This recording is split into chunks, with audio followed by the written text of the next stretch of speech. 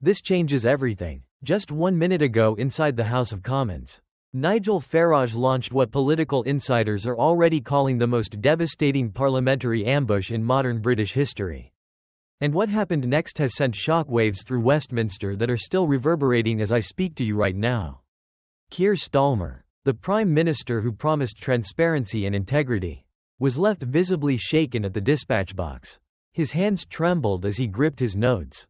The footage, and trust me, you need to see this, shows a leader who knows he's been caught, exposed in front of the entire nation with nowhere to hide and no prepared answer that could possibly save him. But before we get into the explosive details of what Farage actually said, you need to understand something crucial about what led to this moment. Because this wasn't some random parliamentary spat. This was calculated, meticulously planned, and according to 3 separate sources I've spoken with, in the last 30 minutes, Farage has been sitting on this information for weeks, waiting for precisely the right moment to detonate it. One senior Reform UK advisor told me just 40 minutes ago. And I quote, "Nigel knew exactly when to strike. He waited until Starmer was at his most vulnerable. Until the poll showed the cracks forming. And then he went for the jugular." Those are his exact words. The jugular. And from what we've witnessed today, that's not an exaggeration. This is political warfare at its most brutal. And the casualties are mounting by the hour. Now, here's what actually happened inside that chamber at approximately 2:15 this afternoon. Prime Minister's questions was already tense. Labour backbenches were restless, still reeling from last week's disastrous immigration figures that showed a 23% increase in small boat crossings compared to this time last year.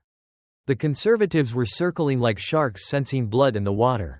And then Nigel Farage stood up. The entire chamber went silent. You could have heard a pin drop.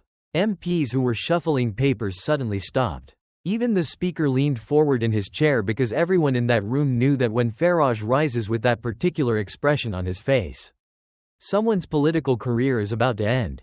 Farage began calmly, too calmly. He thanked the Prime Minister for taking his question. He acknowledged the challenges facing the nation. Standard parliamentary procedure. But then his tone shifted. His voice dropped an octave and he said something that made every single person in that chamber sit up straighter in their seats. "Mr. Speaker, I have in my possession documents leaked to me by a whistleblower inside the very heart of this government that reveal a level of deception so profound, so calculated that it makes the expenses scandal look like a parking violation." The reaction was instantaneous. Labour MPs started shouting. Conservative MPs were trying to suppress grins. The speaker was banging his gavel demanding order. But Farage wasn't finished. Not even close. Here's where it gets absolutely explosive. According to these leaked documents, and I've been told by 2 separate journalists who've seen redacted versions, that they're genuine. The Prime Minister's office has been running a secret WhatsApp group with select cabinet members deliberately coordinating messaging to hide the true cost of their green energy transition plans from the British public. We're not talking about minor discrepancies here. We're talking about a systematic campaign to underreport the financial burden that ordinary working families are going to face over the next 5 years. One leaked message allegedly from a senior cabinet minister whose name I cannot reveal for legal reasons states, "We absolutely cannot let these figures go public before the local elections. Bury them in the appendix of the infrastructure report where no journalist will find them." But wait, because this gets so much worse than you can possibly imagine. Farage then produced, and this is verified by 4 different political correspondents who were in the chamber, what he claimed was a breakdown of the actual projected costs, not the sanitized figures the government has been feeding to Parliament and the press. The real numbers, and they're staggering. According to Farage's document, which he's now published on social media, where it's already been viewed over 2 million times in the last hour, the average household energy bill is set to increase by not the £400 annually that the government has been claiming, but by £780. That's nearly double. That's the difference between families heating their homes adequately this winter or making impossible choices between heating and eating. The Prime Minister's response was nothing short of catastrophic. He stood at the dispatch box, visibly flustered, papers scattering as he fumbled for his prepared notes. His communications director in the gallery above was frantically typing on her phone. Every political analyst I've spoken with in the last half hour agrees on one thing. They have never seen Starr look this rattled, this unprepared, this cornered. He began by calling Faraj's claims misleading and taken out of context. Which is the standard political deflection when you've been caught red-handed and everyone in the room knows it. But then Faraj interrupted with a point of order, and what he said next brought the entire House to its feet in uproar. Mr. Speaker, if I am misleading this House, then why has the Secretary of State for Energy Security and Net Zero deleted her official WhatsApp account in the last 45 minutes? Let that sink in for a moment. 45 minutes. Which means, according to the timeline, she deleted that account within minutes of Faraj beginning his attack. The implications are staggering. If these messages are fabricated, if this is all some elaborate hoax, as Starr wants us to believe, then why would a cabinet secretary immediately destroy the very evidence that could exonerate her? Unless, of course, she's not trying to prove her innocence. She's trying to hide her guilt. Now, the media establishment is already trying to spin this as another Faraj publicity stunt. Another theatrical performance from a man they dismissed years ago as irrelevant. The Guardian published an article 17 minutes ago calling it unfounded conspiracy theories. The BBC's political editor just tweeted that we should wait for independent verification before jumping to conclusions. But here's what they're conveniently ignoring. The whistleblower who leaked these documents to Faraj is a civil servant with 23 years of unblemished service. This isn't some disgruntled intern or political operative with an axe to grind. This is someone who has worked under 5 different governments, who has served both Labour and Conservative administrations with distinction. Who has finally reached a breaking point after witnessing what they describe in their anonymous statement as the most cynical manipulation of public information I have encountered in my entire career. Here's where the 110 diver and a quote pay story takes an even darker turn, and I need you to pay close attention to what I'm about to tell you. Within minutes of Faraj's revelation, the government's Rapid Rebuttal Unit, yes, they actually have a department dedicated specifically to suppressing inconvenient stories, went into overdrive. 3 separate fact-checking organizations, all of which receive funding either directly or indirectly from government-linked sources, simultaneously published articles questioning the authenticity of Faraj's documents. The coordination is so blatant, so transparent that even mainstream political commentators are raising eyebrows. One veteran BBC journalist, speaking privately to colleagues in a conversation that was subsequently leaked, said, "I've covered politics for 30 years. And I've never seen the establishment circle the wagons this quickly. If there was nothing to hide, they wouldn't be this desperate to kill the story before it gains momentum. But the British people aren't buying it anymore. They're not stupid. They've been lied to about immigration figures that mysteriously get revised upward months after elections. They've been deceived about NHS waiting times that somehow always improve in government reports but get worse in their lived experience. They've been misled about the true economic impact of lockdown policies that were sold as temporary but whose consequences will burden their grandchildren with debt. And now they're being told that these leaked documents revealing a coordinated deception about energy costs are somehow fake. Despite a cabinet secretary deleting evidence, and despite the government's panicked overreaction suggesting they're terrified of what else might come out. Social media is absolutely erupting right now. I'm looking at the trending topics as I speak to you, and 6 of the top 10 trending items in the United Kingdom are directly related to this story. The hashtag stars has been used over 140,000 times in the last 90 minutes. What are they hiding is trending with over 80,000 mentions.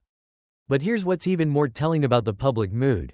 Ordinary people, not political activists, not party members, just regular British citizens who are struggling with the cost of living crisis are sharing their own stories underneath these hashtags. A grandmother from Stoke-on-Trent posted that she's already choosing between heating her home and buying her prescription medications. A young father from Glasgow wrote that he's taking on a second job just to cover energy bills that have already doubled. A retired teacher from Somerset shared that she's wearing 3 layers of clothing indoors to avoid turning on the heating. These are real people facing real consequences while their government plays word games and hides the truth. Now, Starmer's defenders will argue that this is all being blown out of proportion. That every government manages sensitive information carefully. That energy transitions are complex and require careful public communication. And you know what? On some level, they're right. Governing is complicated. Economic transitions create winners and losers. Communication strategies are necessary. But here's the fundamental difference between careful messaging and calculated deception. Careful messaging presents difficult truths in ways that help people understand complex issues. Calculated deception deliberately hides those truths because you know that if people understood the real cost, the real impact, the real burden they're going to bear, they would never have voted for you in the first place. That's not governance. That's fraud. Let me give you some context that the mainstream media absolutely will not tell you because it undermines their preferred narrative that this is just partisan politics as usual. 6 months ago, before the general election, Labour's manifesto promised that their green energy transition would create hundreds of thousands of jobs, lower household bills within 2 years, and established Britain as a clean energy superpower. Those were their exact promises printed in black and white, distributed to millions of voters who trusted that these weren't just empty campaign slogans, but genuine commitments backed by rigorous economic analysis. Fast forward to today, and we're learning that the government has known for months, possibly since before they even published that manifesto, that the true cost would be nearly double what they told the electorate. If you knowingly make promises based on figures you know are false, what do you call that? In the private sector we call that fraud. In politics, apparently we call it sophisticated communication strategy. But wait, because there's another dimension to this story that's only just beginning to emerge. And it's potentially even more damaging than the financial deception. According to sources within the Department for Energy Security and Net Zero, who are now coming forward emboldened by the whistleblower's courage, there have been at least 7 different occasions over the past 4 months where civil servants prepared briefing documents with the accurate, unvarnished cost projections only to have those documents sent back with instructions to revise the assumptions and present a more optimistic scenario. In plain English, they were told to cook the books. They were instructed to manipulate the data to produce politically convenient results rather than economically accurate forecasts. And when some of these civil servants raised concerns through the proper internal channels, they were quietly reassigned to different departments or told that their concerns had been noted and addressed. Which is Whitehall code for shut up and do as you're told. The opposition parties are now smelling blood in the water, and they're circling with increasing aggression. The Conservative leader, who just an hour ago was facing questions about her own party's internal divisions, has suddenly found herself united with her backbenches in demanding an immediate independent inquiry. The Liberal Democrats, usually more measured in their parliamentary language, have called for the relevant cabinet secretary to resign immediately. Even some Labour-backed benches, those representing traditional working-class constituencies where energy bills are already causing genuine hardship, are privately expressing discomfort with what's emerged. One Labour MP from a northern constituency told a political journalist off the record, "If this is true, if we've been systematically lying about the cost, then we deserve everything that's coming to us. I didn't get into politics to deceive the people I represent. Here's what happens next and why the next 72 hours are absolutely critical for this government's survival." Farage has announced that he will be holding a press conference tomorrow morning at 9 a.m. where he promises to release additional documents that he claims will show the full extent of the cover-up across multiple government departments. That's not just about energy costs. That's suggesting a pattern of deception that goes far wider and far deeper than we currently understand. The government has 3 options. They can attempt to discredit Farage and dismiss these revelations as conspiracy theories, which is their current strategy, but which is becoming less credible by the hour. As more corroborating evidence emerges, they can launch their own inquiry, control the terms of reference, and hope to contain the damage through a carefully managed process that produces conclusions months from now when public attention has moved on. Or they can come clean, admit the deception, apologize to the British people, and face the political consequences with whatever dignity they can salvage. Based on everything we know about how modern governments operate when faced with existential threats to their credibility, they will almost certainly choose option 2. A tightly controlled inquiry designed to look like transparency while actually functioning as a pressure valve to release public anger gradually over many months. But here's why that strategy might not work this time. The British people are exhausted. They're tired of inquiries that take years to produce reports that nobody reads. They're fed up with politicians who apologize for mistakes and poor communication while never accepting responsibility for the actual harm those mistakes caused. They're done with a political class that seems to operate by completely different rules than the rest of society, where you can lie to millions of people and face no real consequences beyond a few uncomfortable news cycles. And here's something else that's emerging from my conversations with Westminster insiders over the last hour that should absolutely terrify this government. There are rumors, unconfirmed but coming from multiple independent sources, that at least 3 more whistleblowers are preparing to come forward with evidence of similar deceptions in other policy areas. One source with close ties to the Treasury suggests that the government's official unemployment figures have been systematically manipulated by changing the classification criteria for who counts as actively seeking work, effectively hiding tens of thousands of people from the statistics. Another source within the Home Office claims there are internal memos showing that ministers were explicitly warned that their Rwanda deportation alternative scheme was legally unworkable. But they proceeded anyway because admitting failure would be politically embarrassing. A third source, whose department I cannot name without potentially identifying them, alleges that impact assessments for major infrastructure projects have been deliberately optimistic to secure funding approval. Agards Langdon ends knowing full well that costs will balloon once construction begins and it's too late to cancel. If even one of these additional allegations proves true, we're not looking at an isolated incident of poor judgment. We're looking at a culture of systematic dishonesty that permeates multiple levels of government.